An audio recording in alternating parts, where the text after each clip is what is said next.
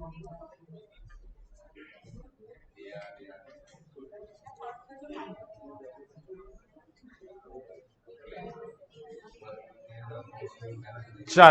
Good morning everyone. सभी students की आवाज आनी चाहिए। Good morning everyone. चलो, आज हमारे 12th स्टैंडर्ड की फर्स्ट पेरेंट्स मीटिंग ऑर्गेनाइज की है और ये पिछले 2-2.5 सालों के बाद pure full fledge offline year होने जा रहा है। उसकी ये पहली पेरेंट्स मीटिंग है, तो आप लोगों को बहुत सारी चीजों के बारे में पता होना चाहिए, जानकारी होनी चाहिए एज अ पेरेंट्स, क्योंकि अल्टीमेटली स्टूडेंट्स और टीचर्स के बीच में कम्युनिकेशन का जो मीडियम होता है स्टूडेंट्स और पेरेंट्स और टीचर्स के बीच में, वो होता है स्टूडेंट्स। डायरेक्टली टीचर्स और पेरेंट्स का उतना ज्यादा कम्युनिकेशन होता नहीं है। जरूरत लगती है तो स्पेसिफिक पेरेंट्स के साथ हम कांटेक्ट करते हैं, या पेरेंट्स को लगता है तो वो हमसे कांटेक्ट करते हैं, बट यूजुअली सभी पेरेंट्स के साथ डिस्कशन होता नहीं है।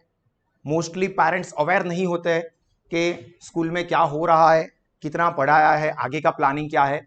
तो आज का ये जो सेशन है that is purely for information purpose, कि यहां पर आप लोगों को प्रॉपर इंफॉर्मेशन दी जाए स्कूल के बारे में, टीचिंग के बारे में, सिस्टम के बारे में, हमारे कुछ एक्सपेक्टेशंस है उसके बारे में, आप लोगों के क्या एक्सपेक्टेशंस है उसके बारे में। तो ज्यादातर चीजें हम लोगों के बीच में जनरल डिस्कशन में आई इसके लिए है क्योंकि नॉर्मली स्टूडेंट्स ऐसा समझ लेते हैं कि पेरेंट्स मीटिंग है मतलब हमारी कंप्लेंट्स निकलने वाली है, घर पे जाके डांट पड़ेगी, और रिएक्शन कंफ्यूजिंग वाला कर देते हैं कि अभी मुस्कुराए या गम में आ जाए। तो यहां पर कोई भी टेंशन लेना नहीं है, क्योंकि यहां पर पर्पस कंप्लेन करने का नहीं है, बिल्कुल भी नहीं है। ये एक फियर है कि पेरेंट्स मीटिंग है तो टीचर्स हमारे बारे में बहुत सारी कंप्लेन करते रहेंगे और फिर 2-4 दिन हमको घर पर डोज मिलता रहेगा। पर्पस क्या है ये समझ लो पेरेंट्स मीटिंग का। स्टूडेंट्स भी पेरेंट्स मीटिंग में है, पेरेंट्स भी है और टीचर्स भी है। पर्पस ये है कि कलेक्टिवली हम लोग हमारे बच्चों का रिजल्ट कैसे इंप्रूव करें, गलतियां क्या है समझेंगे, उसके ऊपर बहुत ज्यादा स्ट्रिक्ट हो जाए, टॉर्चरिंग करे, डांटे, लड़े, मारे, ये पर्पस नहीं है। स्टूडेंट्स भी मैच्योर्ड है, 12th स्टैंडर्ड में है, तो उनके क्या रिस्पॉन्सिबिलिटीज है, पेरेंट्स के क्या एक्सपेक्टेशंस है, हमारे क्या एक्सपेक्टेशंस है, ये सारी चीजें डिस्कस करनी है। और जो स्टूडेंट्स की तरफ से ड्रॉबैक है कि ये चीज हम लोग इंप्रूव करेंगे तो हमारा परफॉर्मेंस और अच्छा हो सकता है, हमारा रिजल्ट और इंप्रूव हो सकता है, तो इसी के लिए है। ठीक है, कोई पर्पस ये नहीं है कि यहां पर सिर्फ हम लोग कंप्लेंट्स करते रहे। ठीक है, एक जनरल इंफॉर्मेशन आपको मिलती रहे, हमारे कुछ एक्सपेक्टेशंस क्या है वो हम बताएं, आप लोगों की तरफ से कुछ क्वेश्चंस है तो वो हम लोग लेंगे कि भी आपके जो भी कोई डाउट, क्वेरी, कंफ्यूजन है पेरेंट्स के, तो उसको हम लोग डिस्कस करें। तो सबसे पहले आप लोगों को यहां पर जो टीचिंग हुआ है अभी तक, हमने स्कूल स्टार्ट की 12th स्टैंडर्ड की, तब से लेके अभी तक कितना एजुकेशन हुआ है, कितने सब्जेक्ट में क्या सिलेबस कंप्लीट हुआ है, ये एज अ पेरेंट्स आपको पता होना चाहिए। तो हमारी स्कूल हमने स्टार्ट की थी 12 अप्रैल 2022 से। जल्दी से हमने हमारा 11th कंप्लीट करके तुरंत 12th स्टैंडर्ड स्टार्ट कर दिया था, बिकॉज हमको अच्छा खासा टाइम मिले। उस वक्त हमने इमीडिएटली वैकेशन नहीं दिया था, फिर बाद में वैकेशन दिया भी था स्टूडेंट्स को। और यस्टरडे, कल तक की अगर हम बात करें तो 22 जुलाई, उसके अंदर हमारा टोटल 63 डेज का टीचिंग हुआ है स्कूल में। 63 डेज के टीचिंग में कौन से सब्जेक्ट में कितना सिलेबस कंप्लीट हुआ है ये जानना आपके लिए ज्यादा इंपॉर्टेंट है। रिकॉर्ड सिर्फ हम रखते हैं ऐसा नहीं है, हम क्रॉस वेरीफाई भी करते हैं, स्टूडेंट के पास भी रिकॉर्ड रखवाता हूं, हम लोग वेरीफाई भी करते हैं कि यस प्रॉपर जो भी लिखा है उसके हिसाब से सारा काम हो रहा है। तो टोटल 61 लेक्चर्स हुए हैं ओसीएम सब्जेक्ट में, जिसमें 1 to 4 चैप्टर कंप्लीट हुए। टोटल 12 चैप्टर्स होते हैं ओसीएम सब्जेक्ट में, 4 चैप्टर कंप्लीट हो गए। लेक्चर अभी तक ओसीएम का कोई भी कैंसिल नहीं हुआ है। ऑलमोस्ट हमको जब जरूरत पड़ती है तो हम लोग लेक्चर्स एक्सचेंज कर लेते हैं, बट ये कोशिश करते हैं कि लेक्चर कैंसिल बिल्कुल भी ना हो, क्योंकि स्टूडेंट्स उस कैंसिल लेक्चर में फिर टाइम पास ही करते रहेंगे।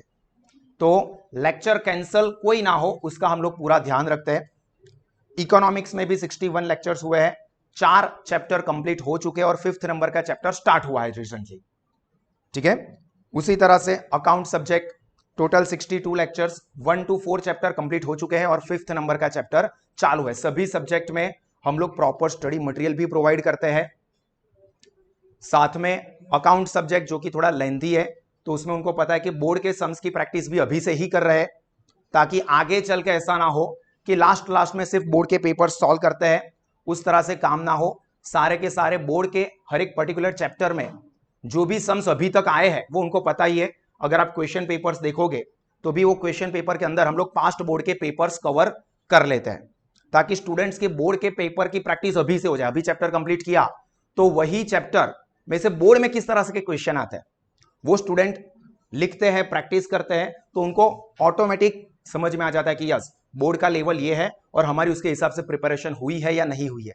नो डाउट लास्ट में सिलेबस कंप्लीट होगा तब पूरे बोर्ड के पेपर्स तो सॉल्व करेंगे ही, बट जब सब लोग बोर्ड के पेपर्स पहली बार सॉल्व करना शुरू करेंगे, हमारे बच्चे ऐसे होंगे जिन्होंने ऑलरेडी चैप्टर वाइज बोर्ड में से जितना भी पूछा गया है अभी तक वो सारी चीजें ऑलरेडी सॉल्व कर चुके होंगे। टेस्ट में मार्क्स कम आए होंगे तो भले टीचर बुरे लगते हो पर वो टीचर ने एक बार दो बार फिर से लिखने के लिए बोला होगा, ज्यादा बार भी दे सकते हैं, बट रीजन उसका ये है कि वो चीज की प्रैक्टिस हो जाए स्टूडेंट्स की, तो अभी बुरा लगेगा, वही चीज बाद में अच्छी लगेगी कि यार बोर्ड में वही सारी चीजें देखने को मिली जो हम लोगों ने ऑलरेडी प्रैक्टिस कर चुके हैं। सब लोग लास्ट में जागते हैं, लास्ट में स्ट्रिक्ट होते हैं, हमको ऐसा करना पड़ता है कि अभी से हम लोग प्रॉपर एक डिसिप्लिन मेंटेन करके चले, एक प्रॉपर स्ट्रिक्टनेस मेंटेन करके चले, तो बाद में स्टूडेंट्स को या पेरेंट्स को लास्ट में जब दिसंबर जनवरी में बहुत सारे स्टूडेंट्स और पेरेंट्स आते हैं, सर हमारे बच्चों को पढ़ा दो, ये पास नहीं हो रहा है, स्कूल में फेल हो गया है, बोर्ड में उसका पता नहीं चल रहा है क्या होगा, तो ये सारे इश्यूज आपके ना आए। दूसरी एक चीज, एक जो अमेंडमेंट है जो कि आप लोगों को ध्यान हो, रुचि मैडम यहाँ पर है ही, वो हमारे कोऑर्डिनेटर है, नीलम मैडम कोऑर्डिनेटर थे वो भी यहीं पर है, बट अगर अभी किसी को भी कम्युनिकेशन करना है पेरेंट्स के साथ, पेरेंट्स को स्कूल के रिगार्डिंग, तो जो नंबर आपके पास वही है उसी पे कॉल करना है, बट रुचि मैडम वहां पे आपको रिस्पॉन्ड करेंगे। कुछ काम होगा तो काम रुचि मैडम करेंगे, तो रुचि मैडम है, देव सर है, they are the incharge coordinator of all your child. तो मेक श्योर कि अगर आपको कोई भी कंफ्यूजन है स्कूल रिलेटेड कुछ भी, तो आप उनके साथ कम्युनिकेट करते रहे, कुछ भी उनको अपडेशन लेना और वो कॉल करे तो भी उसका रिस्पॉन्स मिले, ये ध्यान रखना है, क्योंकि बहुत सारे स्टूडेंट्स बहुत ज्यादा होशियार होते हैं, वो नंबर ब्लॉक करके रखते हैं, नंबर सेव नहीं करते, तो ये सारी चीजों को आप लोग ध्यान रखें as a parents. Ruchi madam भी आपके साथ कुछ बात करेंगे, उनको जो इन्फॉर्मेशन देनी है स्कूल की तरफ से मैनेजमेंट रिगार्डिंग, बट पहले मैं ये ओवरऑल बेसिक इन्फॉर्मेशन दे देता हूं। तो ये एक चीज आपको ध्यान रखनी है कि कोई भी कम्युनिकेशन है तो वो रुचि मैडम के साथ और देव सर के साथ आप करते रहोगे। हर एक लेक्चर्स जो यहाँ पर होते हैं वो सारे के सारे लेक्चर्स हम लोग यहाँ पर रिकॉर्ड में रखते हैं कि कौन से दिन पे क्या पढ़ाया है, ताकि कभी भी ऐसा ना हो कि सिलेबस हमने या तो भगा के खत्म कर दिया है या तो पढ़ाया ही नहीं है, लास्ट में खींचेंगे। प्रॉपर सीक्वेंस में सिलेबस चलता रहे, कोई भी पेरेंट्स को चेक करना है कि भी कौन से दिन पे आपने क्या पढ़ाया था, वो सारी चीजें हम लोग रिकॉर्ड में रखते हैं। रेगुलर होमवर्क और नोटबुक चेकिंग भी होता है, स्टूडेंट्स यहीं पे उनको पता ही है, अगर आप देखोगे तो उनकी बुक में साइन आपको देखने को मिलेगी। जो स्टूडेंट्स की बुक चेक हो जाती है उनके भी रिकॉर्ड्स हम लोग यहाँ पे रखते हैं कि भाई इन्होंने बुक चेक करवा दी है चैप्टर वाइज। अगर बुक चेक नहीं करवाई है, कुछ स्टूडेंट्स है ऐसे जिन्होंने अपनी बुक्स नहीं चेक करवाई है, फिर लास्ट में वो सारे पेरेंट्स जागे तो उसका उतना कोई आउटकम नहीं मिलेगा। मेक श्योर कि अभी से आपके बच्चे नोटबुक प्रॉपर मेंटेन करते हो, क्योंकि एग्जाम प्रॉपर ऑफलाइन पे ही होगी। बच्चों को पिछले कई टाइम से प्रॉपर लिखने की, प्रॉपर नोटबुक मेंटेन करने की प्रैक्टिस नहीं है, और वो करवाने के लिए हमें स्ट्रिक्ट भी होना पड़ता है। बट स्टूडेंट्स को अच्छा लगे या बुरा लगे, पेरेंट्स को अच्छा लगे या बुरा लगे, बट उनके लिए जो सही है, अच्छा है या नहीं है वो मैं नहीं बोल रहा हूं, उनके लिए जो सही है वो हमें करना ही पड़ेगा। उसका आउटकम वो आपको अच्छा लगेगा जैसे जैसे एग्जाम नजदीक आएगी, वैसे वैसे एग्जाम का रिजल्ट दिखेगा तब। तो आप भी चेक करें कि आप अपने बच्चों की नोटबुक में कि वो लोग प्रॉपर नोटबुक मेंटेन करते हैं या नहीं, सभी सब्जेक्ट में प्रॉपर नोट डाउन लिखते हैं या नहीं लिखते हैं, ये सारी चीजें इंपॉर्टेंट है।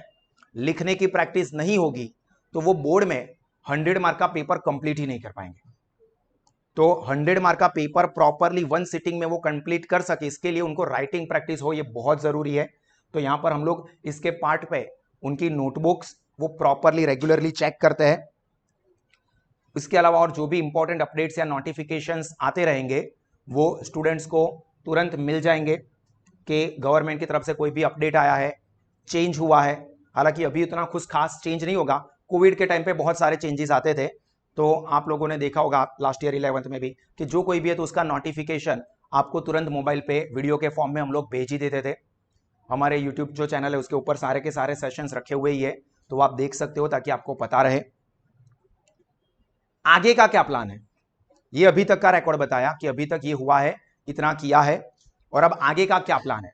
तो आगे गवर्नमेंट की जो भी नोटिफिकेशंस आएंगे उसके अकॉर्डिंगली हमारी फर्स्ट एग्जाम कंडक्ट की जाएगी, जो कि मोस्टली सितंबर में होगी, ऐसा लगता है शायद अक्टूबर में हो। कब गवर्नमेंट डिक्लेयर कर रही है, गवर्नमेंट बोल रही है कि सभी स्कूलों में ये ड्यूरेशन में एग्जाम लेनी है, जैसे कि ये यूनिट टेस्ट गवर्नमेंट ने रिसेंटली यूनिट टेस्ट डिक्लेयर किया हुआ है, तो उसी तरह से वो फर्स्ट एग्जाम का डिक्लेयर करती है। हमको लगता है कि मोस्ट प्रोबेबली वो सितंबर महीने में आएगा, तो उसके एक महीने पहले, फर्स्ट एग्जाम के एक महीने पहले हम लोग हमारे यहां पर यूनिट टेस्ट सीरीज रखेंगे, ताकि एग्जाम से पहले स्टूडेंट को प्रैक्टिस हो जाए। नो डाउट हमने ऑलरेडी 100 मार्क के पेपर स्टार्ट कर ही दिए हैं, ताकि ऐसा ना हो कि पहली एग्जाम में वो पहली बार 100 मार्क का पेपर लिखे और दम निकल जाए। तो पहले से ही जो भी दम निकालना है वो अभी टेस्ट में ही निकाल देंगे, ताकि वो एग्जाम के लिए प्रिपेयर्ड हो जाए। तो वैसे अभी से ही हमने 100 मार्क के पेपर्स स्टार्ट कर दिए हैं। प्री एग्जाम भी आएगी, ताकि उसमें भी हमारे बच्चे कहां पर वीक है, कहां पे प्रॉब्लम हो रहा है, उसको वो एनालाइज कर सके और फर्स्ट एग्जाम में उसके हिसाब से इंप्रूवमेंट करे। और वो भी एक महीने पहले होगा, ताकि टाइम पीरियड मिले चेंज करने के लिए। ऐसा नहीं होगा कि जैसे ही एग्जाम खत्म हुई और तुरंत फर्स्ट एग्जाम आ रही है, क्योंकि वो तो फिर दिखावे के लिए हो गया कि एग्जाम ले ली और तुरंत फिर मेन एग्जाम आ गई, तो इंप्रूवमेंट के लिए अपने को कोई स्कोप ही नहीं मिलेगा। तो यहाँ पे ये हमने ध्यान रखा है कि जो एग्जाम आएगी उससे एक महीने पहले हम लोग ये यूनिट टेस्ट सीरीज प्लान करेंगे, ताकि बच्चों को उसके अकॉर्डिंगली उसके एटीट्यूड जो होना चाहिए एग्जाम के प्रति उसको डेवलप कर सके। तो वो यूनिट टेस्ट सीरीज एक महीने पहले आएगी। क्लियर? चलो, ये चीजें कुछ हमारे बारे में थी। उसके अलावा हमारे कुछ जो एक्सपेक्टेशंस है स्टूडेंट्स और पेरेंट्स की तरफ से। Yes sir, Pintu sir, Pranav sir English के यहाँ पर ही है, उनको बताना है तो वो आ जाते हैं। तो हमारे कुछ जो एक्सपेक्टेशंस है स्टूडेंट्स की तरफ से और पेरेंट्स की तरफ से, वो भी हम आपको बता दें। सबसे पहला तो ये भी चीज़ मैडम फिर से आपको बताएंगे कि बच्चों को स्कूल पर टाइम पे भेज देना। 7 बजे का टाइम है, 7:10, 7:15, ऐसे लेट ना हो, ये चीज़ ध्यान रखना, बिकॉज दिस इज स्कूल। यहाँ पे एक डिसिप्लिन, टाइम पंक्चुअलिटी, ये सब चीज़ें सभी छोटे छोटे बच्चे भी फॉलो करते हैं। आपने देखा हो तो छोटे बच्चों को भी हमें अगर टाइम से लेट आते हैं तो पहले थोड़ी देर के लिए बाहर रोकना पड़ता है, क्योंकि एक डिसिप्लिन में सारा काम होता रहे। तो आप तो बड़े बच्चे हो, तो हम खास ये एक्सपेक्टेशन रखेंगे कि आप एग्जाम्पल बनो छोटे बच्चों के लिए, कि टाइम पंक्चुअलिटी को मेंटेन करो और 6:55 तक स्कूल पे पहुंच जाओ। होमवर्क रेगुलरली करते रहे आपके बच्चे, वो खास ध्यान रखना है। कई सारे स्टूडेंट्स बहुत ही अच्छे क्रिएटिव तरीके से पेरेंट्स को और टीचर्स को दोनों को गुमराह कर देते हैं। ये कि रेगुलर जो होमवर्क होता है वो इतना ज्यादा बर्डन वाला नहीं होता है, बट रेगुलर बेसिस पे नहीं करते हैं।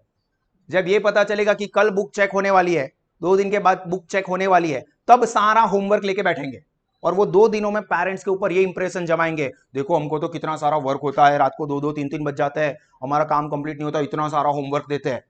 जो कि एक्चुअली में ऐसा नहीं है, बट आपको यही लगेगा हाँ मैं मेरी नजरों से देख रही हूं या देख रहा हूं कि मेरा बेटा या मेरी बेटी ये इतने इतने बजे तक पढ़ते रहते हैं, फिर भी उसका होमवर्क कंप्लीट नहीं होता। ऐसा तो क्या होमवर्क दे देते हैं स्कूल वाले, कितना लोड में रखते हैं बच्चों को।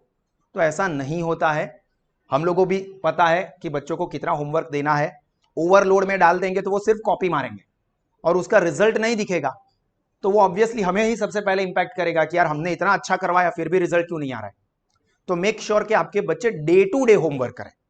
और ऐसा लग रहा है कि हाँ बहुत ज्यादा टाइम हो रहा है, तो मैंने बच्चों को कहा है कि एक हफ्ते का पूरा प्लानिंग, पूरा शेड्यूल लिखो कि आप सुबह उठ के इतने से इतने बजे स्कूल में जाते हो, इतने से इतने बजे तक आप लंच लेते हो, घर पे जाके रेस्ट करते हो, फिर होमवर्क करने बैठते हो, तो कितना टाइम जाता है, कौन से सब्जेक्ट का कितना टाइम का, एक हफ्ते के लिए मेंटेन करो। अगर कंटिन्यूअस 1 वीक ऐसा हो रहा है कि 5-6 घंटे से ऊपर का होमवर्क हो रहा है, तो हम लोग डेफिनेटली उसको कम करेंगे। वो आपका जेन्युइन प्रॉब्लम है, तो वो रिस्पॉन्सिबिलिटी है हमारी कि हम उसको कम करें। बट आप रेगुलर जो 2-3 घंटे का होमवर्क है वो ना करो और फिर 5 दिन का होमवर्क एक साथ लेके बैठो और 15 घंटे का होमवर्क हो गया, ये इंप्रेशन जमा हो, तो वो गलत बात है। हम लोग ये करते हैं ठीक है हम होमवर्क नहीं देंगे, फिर पेरेंट्स को लगेगा कि बच्चा मेरा कुछ पूरे दिन कुछ करता ही नहीं है, होमवर्क नहीं दिया है। तो वो सेल्फ अवेयरनेस से पढ़ने वाले बच्चे बहुत कम होते हैं। तो वो चीज ध्यान रखे कि वो डे टू डे बेसिस पर होमवर्क करें। डेली बेसिस पे उनको अप्रोक्सीमेट 3 घंटे का तो काम मिलता ही है। किसी दिन अगर ऐसा हो जाता है बाय चांस किसी दिन कि भाई कुछ सब्जेक्ट का होमवर्क एक साथ आ गया है, तो पर्टिकुलर 1 या 2 दिन ऐसा हो जाता है, तो उसको एक्सेप्ट करना है। मैंने कहा पूरे हफ्ते मतलब कंटिन्यूअसली ऐसा हो रहा है, तो आप जरूर से बताओ कि आपका वो जेन्युइन प्रॉब्लम है, हम लोग उसको सॉर्ट आउट करेंगे।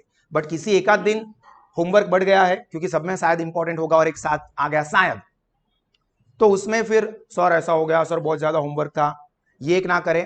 कुछ स्टूडेंट्स ऐसा करते हैं, बुक नहीं लाया सर, रफ बुक में लिखा है सर मैंने बुक में लिखा था पर वो है ना जो कोई नहीं आया ना, ये नहीं आया ना, वो ले गया था मेरी बुक। ये सारे एक्सक्यूजेस ऐसे एक्सक्यूजेस हमको सुनने को मिलता है कि हमको समझ में नहीं आता है कि हम लोग इनके साथ 12th स्टैंडर्ड जैसा बिहेवियर करें या फर्स्ट स्टैंडर्ड जैसा बिहेवियर करें। तो वो अगर डे टू डे काम करेंगे तो वो सारी चीजें लेके ही आएंगे। अगर किसी ने रात को 2 बजे तक मेहनत करके होमवर्क कंप्लीट किया है तो वो सुबह नोटबुक भूल जाए, ऐसा पॉसिबल ही नहीं है। कुछ भी भूल सकता है, बट वो सब्जेक्ट की नोटबुक जिसमें उसने रात को 2 बजे तक जाग के कंप्लीट किया है वो नहीं भूल सकता। पर एक्सक्यूज सर मैंने पूरी रात 2 बजे तक जाग के कंप्लीट किया था, बट सर रात को लेट हो गया ना तो मैं होमवर्क की बुक भूल गया था। तो ये सब एक्सक्यूजेस प्लीज मत दे आपके बच्चे, या आप मेक श्योर करें मोबाइल का यूजेज हो सके उतना मिनिमाइज करने की कोशिश करें, क्योंकि मोबाइल के अंदर आप ऑब्जर्व करें एज अ पेरेंट्स, घर पे उनका टाइम कहां कहां वेस्ट हो रहा है। लाइक फॉर एग्जाम्पल घर पे जाके सोते हैं, ऑब्वियसली सुबह से यहां पर आए हैं, 1:30-2 बजे घर पे पहुंचते हैं, 2, सवा 2, ढाई, डिस्टेंस आपका घर का कितना है उसके ऊपर डिपेंड है। आके लंच ले, रेस्ट करे, ये जेन्युइन है। फिर वो 2-2:30 बजे सो जाते हैं, तो 1-1.5 घंटा दैट इज सफिशिएंट। फिर वो 1:30 बजे, 2 बजे, 2:30 बजे सोते हैं और सीधा शाम को 6:30 बज जाते हैं। अभी 6:30 बज जाएंगे ना तो साइकोलॉजिकल इंपैक्ट ही होती है, बोरिंग बोरिंग पूरा दिन वेस्ट हो गया ऐसा लगता है, तो फिर से उसका पढ़ाई का मन भी नहीं लगेगा। तो मेक श्योर कि ऐसा ना हो कि वो सो जाए और फिर रात की तरह ही 4-5 घंटे कंटिन्यूस सो जाए और फिर रात को जागे। ये इंसानों की फितरत में नहीं होता है। इनफैक्ट इस प्लेनेट के कोई भी जानवर में ऐसा नहीं होता है एक्सेप्ट योर आउल। बाकी सब लोग रात में ही सोते हैं और दिन में ही काम करते हैं। सो मेक श्योर कि नहीं, आप सुबह से आए हो, थक गए हो, रेस्ट करो, पर वो 1 घंटा 1.5 घंटा उसको लिमिट करो। फिर ऐसा ना हो कि सो गए और 4-5 घंटे के बाद उठे, तो वो आपका आगे का जो दिन बचेगा ना 6-6:30 से ऑनवर्ड, उसमें भी कोई अच्छा आउटकम नहीं देगा मोस्ट प्रोबेबली। तो अगर आपके बच्चे में ये गलत हैबिट है जो कि हमको नहीं पता है, वो आपके साथ है घर पर, तो आप उसको कंट्रोल करो। उसको नींद आ रही है फिर भी उठा दो, बैठ, रात को जल्दी सो जाएगा वो। वरना दोपहर में सो गया और 6-6:30 बजे तक सो गया है तो रात को भी उसको नींद नहीं आएगी। फिर रात को भी नींद नहीं आएगी, ऑब्वियसली सुबह सुबह नींद आएगी। फिर यहाँ पे लेक्चर्स में सोते रहेंगे, फिर मेरे को ना समझ में नहीं आता, मेरे को आता नहीं है, मेरे को क्लास में जाना पड़ेगा। ये सब बहानेबाजी है। आप अपना ही टाइम वेस्ट कर रहे हो, अपना ही टाइम लोड बढ़ा रहे हो। जो सीक्वेंस अगर ड्रॉबैक पता चल, अगर आप उसको रिमूव कर दोगे ना तो आपको हमारे कॉन्सेप्ट का टेरिफिक एडवांटेज मिलेगा, टेरिफिक। सो मेक श्योर कि अगर ये रॉन्ग हैबिट चल रही है, 2 चीजों के बारे में मैंने बताया। अगर स्लीप दोपहर में रेस्ट करते हैं, इट्स ओके, करना चाहिए, बट 1-1.5 घंटा, फिर वो 1.5 घंटे 4.5, 5, 6 घंटे में कन्वर्ट ना हो जाए, ये पेरेंट्स ध्यान रखें। मोबाइल लेके वो लोग बैठते हो या मोबाइल लेके घूमते रहते हो हमेशा, ऐसा मत करो। मैं ये नहीं बोल रहा हूं कि मोबाइल का यूजेज टोटली बंद कर दो, वो आज के समय में पॉसिबल नहीं है, बट लिमिट करो उसको। तो भाई ये 1 घंटा तू मोबाइल यूज कर सकता है या कर सकती है, बाकी के टाइम पे मोबाइल सबमिट करवा दो, बैग में रख दो, या घर पे जहां पर भी जो कॉमन एरिया है, ड्राइंग रूम है या वहां पर रख दो। ऐसा ना हो कि वो मोबाइल लेके ही कॉर्नर पे बैठा हुआ है या अपने रूम में बैठी हुई है और मोबाइल पे गेम खेल रहे हैं या टाइम पास कर रहे हो, और जब आए नहीं मैं तो पढ़ाई का ही देख रहा था। वो बहुत एक्सपर्ट है, करेंगे दूसरा, जैसे ही आप आओगे वो गया, सर देखो मैं तो पढ़ाई का ही देख रहा था। तो ये सब हमको पता होता है कि बहानेबाजी होती है, पर आपको वो बहुत अच्छे से कन्विंस कर देंगे और आप कन्विंस हो भी जाओगे एज अ पेरेंट्स कि हाँ मेरा बेटा तो, मेरी बेटी तो पढ़ ही रही है, पर उसको मोबाइल में पढ़ना आ रहा है इसलिए वो ऐसा कर रहा है। तो ऐसा कुछ नहीं है, ठीक है। तो ये चीज ध्यान रखे कि मोबाइल फोन का यूजेज अगर वो ज्यादा कर रहे हैं तो उसको कंट्रोल करो, वो आपको ही पता होगा, ठीक है। इसमें पेरेंट्स और स्टूडेंट दोनों का रोल इन्वॉल्व होगा। प्रॉपर बुक मेंटेनेंस वो तो हम यहां पर चेक करते ही रहते हैं, बट कुछ स्टूडेंट्स ऐसे हैं जो कि बुक नहीं चेक करवाते हैं, फिर लास्ट में उनके पेरेंट्स जागेंगे और हमारे पास आएंगे ना, तब हमको बहुत बुरा लगेगा कि अभी आप नहीं आ रहे हो जब टाइम है, और जनवरी में आके आएंगे कि सर आप कुछ भी करो, जो भी करना है उसको करो, हम कुछ नहीं बोलेंगे बट आप उसका अच्छा रिजल्ट ले आओ। तो हमारे पास कोई जड़ी बूटी थोड़ी है। अगर ऐसा होता कि सिर्फ लास्ट 1 महीने में ही रिजल्ट आ जाता हो तो आप लोग खुद क्यों आते यहां पर, सर हम भी लास्ट 1 महीने में ही आएंगे, अभी क्यों टाइम वेस्ट करें। और बी से जो अच्छे से काम करेगा उसी का रिजल्ट और उसी का नॉलेज हमको आगे काम लगेगा। तो मेक श्योर कि पहले से ही ये काम प्रॉपर होता रहे। अगर आपको कोई भी डाउट है पढ़ाई का तो उन्हीं टीचर से प्रॉपरली आप डिस्कस करो। टीचर्स आपके लिए ही है, आपके फ्रेंड्स ही है, नो डाउट प्योर फ्रेंड्स नहीं है। हाँ सारा मित्र છે ને સાર હવે પછી જોઈ લઈશું આપણે। उनको स्ट्रिक्ट पढ़ना होना पड़ता है तो वो उनका शौक नहीं है, आपके आगे के परफॉर्मेंस के लिए उनको करना पड़ता है। कुछ बुरा लगता हो, सर ने ये लिखने के लिए ज्यादा दे दिया, सर ने ये पनिशमेंट दे दिया, सर ने पेपर नहीं दिया था तो मैडम ने मैसेज कर दिया 2-2 बार इकोनॉमिक्स का पेपर लिख के लाना है। ऑब्वियसली वो करना ही पड़ेगा ना। एक बार तो आप यहां पर लिखने ही वाले थे, एक बार यहां पर स्कूल में पेपर लिखना ही था। अगर आप नहीं आ रहे हो स्कूल में तो 2 बार तो पेपर लिखोगे ही। अगर ऐसा है कि हम लोग एक ही बार लिखने के लिए दे देंगे तो फिर बाकी सारे स्टूडेंट्स भी ये सोचेंगे कि यार हम लोग क्यों स्कूल में जाके टेस्ट दे, घर से एक बार लिखने के लिए दे रहे तो हम लोग कभी भी लिख देंगे हमारे हिसाब से एक बार। तो वो ऑब्वियस है कि 2 बार जरूरत पड़े, मैं तो 3-4 बार दे दूंगा, तो वो 2 बार लिखना ही पड़ेगा। फिर क्या होगा, 100 मार्क का पेपर आप यहां पे नहीं लिखोगे तो 2 बार घर से लिखना है, 6 घंटे हो गए। वो भी एट अ स्ट्रेट प्रॉपरली लिखते हैं तो, वरना वो 7, 7.5, 8 घंटे भी हो सकते हैं। तो घर पे क्या लगेगा बच्चों को या पेरेंट्स को, बहुत ज्यादा लोड है, 7-7, 8-8 घंटे के लिए लिखने के लिए दे दिया है। वो इसलिए क्योंकि आपके बच्चे ने टाइम पे काम नहीं किया है, पेपर नहीं दिया है, और आप एज अ पेरेंट्स उसमें कॉल करोगे कि सर ये जेन्युइन रीजन है इसलिए टेस्ट नहीं दिया, तो इट्स ओके, बट पेपर तो फिर भी 2 बार लिखना पड़ेगा। अगर कोई जेन्युइन रीजन है, सर बाहर जाना था, घर में ये प्रॉब्लम था, ठीक है वी एक्सेप्ट, बट उससे ऐसा नहीं होगा कि ठीक है आपका ये इशू था तो हम लोग पेपर लिखने के लिए नहीं देंगे। क्योंकि बोर्ड वालों को उसके साथ कोई लेना देना नहीं था कि आपका सैटरडे को क्या प्रॉब्लम था, क्यों टेस्ट नहीं दिया था। वो तो मार्क्स आपने क्या लिखा है उसके ऊपर देंगे। तो अगर नहीं लिखा है टेस्ट यहां पर आके तो 2 बार घर से कंपलसरी पेपर लिखना ही है।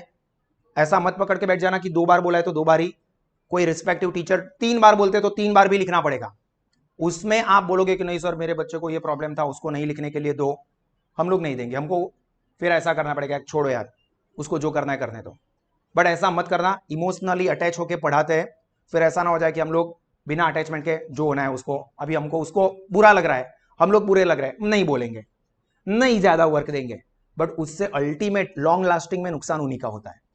तो ये चीजें ध्यान रखना एज अ पेरेंट्स की अगर हम लोग कुछ स्ट्रिक्ट होते हैं, ज्यादा लिखने के लिए देते हैं तो that is for their benefit. क्योंकि पिछले 2-2.5 सालों से प्रॉपर डिसिप्लिन वो उनकी धीरे धीरे चली गई है, उसको हमें वापस ट्रैक पे लाना है। प्रॉपर बैठ के लिखने की हैबिट चली गई है। कोई डांटता है, कोई बोलता है तो वो हमें एक्सेप्ट करना पड़ता है, पर पिछले 2-2.5 सालों से ऑनलाइन में तो टीचर बोलते रहते हैं, हम लोगों को कहाँ सुनना है। हम लोग तो चालू करके हम लोग हमारा काम कर रहे हैं, वीडियो चालू है, वीडियो हमारा ऑफ कर दिया है, सर चालू है जूम पर ही ऐसा ऑनलाइन पढ़ा है उसमें। तो अभी उनको ये हैबिट भी रखनी है कि अगर हम गलत करते हैं तो कोई हमको डांटेगा और हमको सुनना पड़ेगा। और मोस्ट प्रोबेबली पेरेंट्स ये आके कंप्लेन करते हैं कि हमारा बच्चा हमारी नहीं सुनता है। मेजोरिटी पेरेंट्स को ये होता है, कुछ बच्चे सुन लेते हैं, बाकी ऐसा बोलते हैं सर आप बोलते हो ना, टीचर बोलते हैं ना, तो वो जल्दी एक्सेप्ट कर लेते हैं। हम लोग बोलते हैं ना तो हम लोगों को उतना ज्यादा वैल्यू नहीं करते हैं, हम लोगों को टोपी पहना देते हैं इन शॉर्ट। ऐसा पेरेंट्स ने ही मुझे बताया। तो उसके लिए हमको स्ट्रिक्ट होना पड़ता है कि उनके अंदर कुछ हैबिट जो उनकी पर्सनालिटी में होनी चाहिए वो डेवलप हो। तो उसके लिए हम करते हैं। पर अगर आपको कोई डाउट है तो आप डेफिनेटली टीचर को बताओ। टीचर को अगर आप नहीं बता सकते, कोऑर्डिनेटर है, कोऑर्डिनेटर को बताओ कि हमको ये पर्टिकुलर प्रॉब्लम है मैडम या सर, तो वो आपका जेन्युइन इश्यू होगा, जेन्युइन प्रॉब्लम होगा तो उसको हम डेफिनेटली सॉर्ट आउट करेंगे, जेन्युइन होगा तो। और हर एक टेस्ट को प्रॉपर प्रिपरेशन के साथ आपको अटेम्प्ट करना है। ऐसा ना हो कि पेपर में कॉपी मारे या ना लिखे, ये सारी चीजें आपको ही आगे चल के परेशानी में डालेगी। क्लियर? चलो यहां तक सारी चीजें क्लियर। अभी मैं आपको मैडम के साथ इंट्रोड्यूस करवा देता हूं। मैडम उनको जो कुछ पॉइंट जेन्युइन कहने हैं आपको मैनेजमेंट रिगार्डिंग, वो आपको बता देते हैं। नाउ अगर किसी भी पेरेंट्स को कोई क्वेश्चन है तो they can ask. Madam sign नहीं कराई थी तुझे? साइन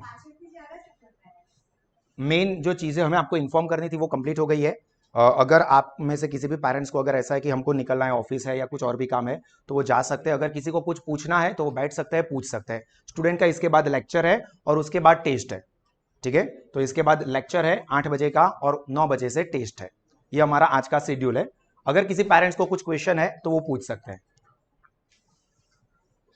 कोई भी कुछ भी लगता है, अगर जेन्युइन चीज होगी हम लोग आंसर कर ही देंगे, कुछ नहीं होगा तो हम बताएंगे कि भाई ये चीज आप जो सोच रहे हो ये ऐसा नहीं है, इस तरह से। किसी भी पेरेंट्स को कोई भी कंफ्यूजन, वैसे तो बहुत सारे पेरेंट्स फोन पर डायरेक्टली बात कर ही लेते हैं, बीच में जरूरी बच्चे थे उन लोगों को तो स्कूल में बुलाना पड़ा था, तो ऐसा होगा तो हमें स्कूल पे बुलाना भी पड़ेगा। अगर टेस्ट में परफॉर्मेंस नहीं दे रहे, डिसिप्लिन मेंटेन नहीं कर रहे, तो उन पेरेंट्स को बार बार आना पड़ेगा। क्लासरूम में यहाँ पर बैठ के ही जो नोटबुक मेंटेन नहीं करते हैं तो हमको कॉल करवाना पड़ता है, पेरेंट्स को बुलाना पड़ता है। देखो ऐसा इसलिए है कि सर आप भी ये सोचते हो कि सर हमने आपको सौंप दिया है, अभी हमको क्या देखने का, पर बड़े बच्चे अभी हम लोग उनको मारे पनिश करे ये सब अच्छी बात नहीं है। हम लोगों को मिलकर रास्ता निकालना है, इसलिए आपको बताना पड़ता है कि यार देखो आपके बच्चे ये काम नहीं करे, फिर हम क्या करें, आप बताओ, आप जो सजेस्ट करोगे हम लोग वो करेंगे। पर ऐसा होगा कि वो वर्क नहीं कर रहे हैं, नोटबुक क्लासरूम में जो करवा रहे हैं, चलो होमवर्क भी अभी दूसरी नंबर की चीज है, कुछ स्टूडेंट्स अगर क्लासरूम में जो हम यहाँ पर पढ़ा रहे हैं लिखवा रहे हैं वही नहीं लिखेंगे तो फिर ऑब्वियस है कि पेरेंट्स को धक्का खाना पड़ेगा। तो अगर पेरेंट्स को धक्के नहीं खाने हैं तो बच्चे को समझाओ कि बेटा क्लासरूम में जो हो रहा है नोटबुक प्रॉपर मेंटेन करो। बच्चे खुद समझ जाओ कि आपको प्रॉपर यहाँ पर पढ़ने के लिए आ रहे हो तो सारी चीजें प्रॉपर नोट डाउन करनी है, वरना आपके चक्कर में आपके पेरेंट्स का लोड बढ़ेगा। तो ऐसा मत करना प्लीज, ठीक है। चलिए तो यहां पर हम लोग हमारे सेशन वाइंड अप करते हैं। स्टूडेंट्स को बैठना ही है, उनका लेक्चर है आगे का और फिर टेस्ट है, और स्टूडेंट्स के साथ साथ जो पेरेंट्स आए वो जा सकते हैं। गॉड ब्लेस यू ऑल, जय हिंद।